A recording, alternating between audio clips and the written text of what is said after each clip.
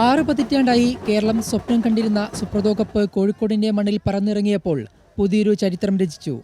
കേരളത്തെ പ്രതിനിധീകരിച്ച് Farooq higher secondary school മത്സരിച്ച ടൂർണമെന്റിൽ ഗോകുലം കേരള എഫ്.സിയാണ് ടീമിന് പരിശീലനവും സ്പോൺസർഷിപ്പും നൽകിയത്. ഒരു മത്സരത്തിൽ പോലും പരാജയം കാണാതെയാണ് ടീം കിരീടം നേടിയത്. കേരളത്തിന്റെ ഫുട്ബോൾ യാത്രയിലെ ഒരു സുവർണാധ്യായമാണ് ഈ വിജയമെന്ന് മന്ത്രി പി.എ. മുഹമ്മദ് റിയാസ് പറഞ്ഞു. ഏറെ സന്തോഷകരമാണ് ഈ വിജയം. ചരിത്രത്തിൽ ആദ്യമായിട്ടാണ് കേരളത്തിൽ നിന്നുള്ള ടീം സുബ്രതോ കപ്പ് വിജയിക്കുന്നത്. 6 പതിറ്റാണ്ടോളമായി നടക്കുന്ന ടൂർണമെന്റാണ്. എല്ലാ നിലയിലും സന്തോഷകരമാണ്. ഫൈനൽ പോരാട്ടത്തിൽ ഉത്തരാഖണ്ഡിലെ CBSE അമ്യൂണിറ്റി പബ്ലിക് സ്കൂളായിരുന്നു ഫാറൂഖ് HSSന്റെ എതിരാളികൾ. എതിരില്ലാത്ത 2 ഗോളുകൾക്കാണ് ഫാറൂഖ് സ്കൂൾ കിരീടം നേടിയത്. ടൂർണമെന്റിലുടനീളം 10 ഗോളുകൾ നേടിയ കേരള ടീം വഴങ്ങിയതാവട്ടെ വെറും 2 ഗോളുകൾ മാത്രം.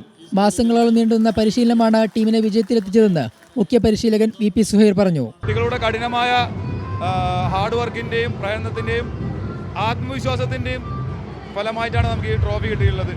ലീഗ് മത്സരങ്ങളിൽ 3ലും വിജയം കൈവരിച്ച് ഗ്രൂപ്പ് ചാമ്പ്യന്മാരായാണ് കേരളം ക്വാർട്ടർ ഫൈനലിൽ പ്രവേശിച്ചത്. ഇത്തവണ 37 ടീമുകളാണ് മത്സരത്തിൽ പങ്കെടുത്തത്. 8 ഗ്രൂപ്പായി തിരിച്ചായിരുന്നു മത്സരങ്ങൾ.